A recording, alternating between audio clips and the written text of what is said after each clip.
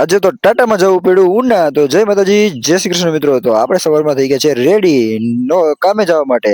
તો ચાલો મિત્રો, આપણે કામે તો જવું જ પડે, કાંઈ એના વગર તો ન ચાલે. તો થોડોક ક્લાઇમેક્સ લઈ લીધો આપણે, રસ્તાનો એ તો લેવો જ પડે જોવા માટે આપણે કાંઈ.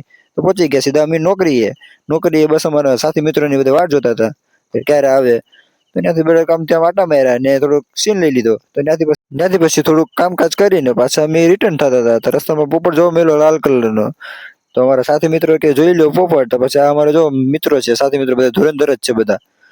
પછી એનાથી અમે સાહેબે કીધું કે ઉના જઈ આવો. તો ઉના થોડું કામકાજ હતું તો અમે ત્યાં હું ને ડાબીભાઈ જઈ આવ્યા. ડાબીભાઈ કે થોડોક અમારો સીન પણ લઈ લ્યો. પછી ડાબીભાઈનો સીન લઈ લીધો. તો સીધા પહોંચી ગયા ઉના. તો ઉના પહોંચીને પછી આપણે રજવાડીની ચા તો પીવી જ પડે. તો ચા પીતા પીતા પછી ભજીયાનો થોડોક નાસ્તો પણ મગાવી લીધો. તો પછી નાસ્તો કરી લીધો. તો ડાબીભાઈ કે ભજીયા છે મસ્ત ના, સાથે ચટણી પણ. તો મજા આવી ગઈ ભજીયા ખાવાની. પછી ત્યાંથી પહોંચી ગયા આપણે એસએસમાં. તો સીધા એસએસમાં પછી છૂટા થઈ ગયા આપણે ઘરે જવા માટે.